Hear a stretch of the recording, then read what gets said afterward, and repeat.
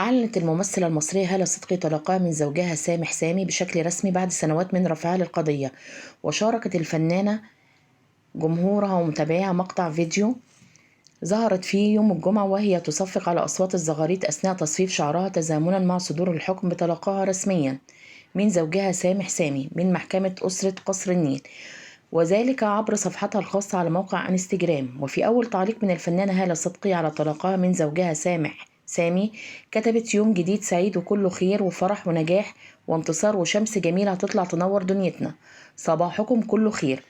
يذكر أن محكمة الأسرة قصر النيل قضت بطلاقها الفنانة هالة صدقي رسميا من زوجها سامح سامي بعد أن حكمت لها المحكمة بكافة القضايا المتبادلة لتغلق المحكمة هذا الملف نهائيا.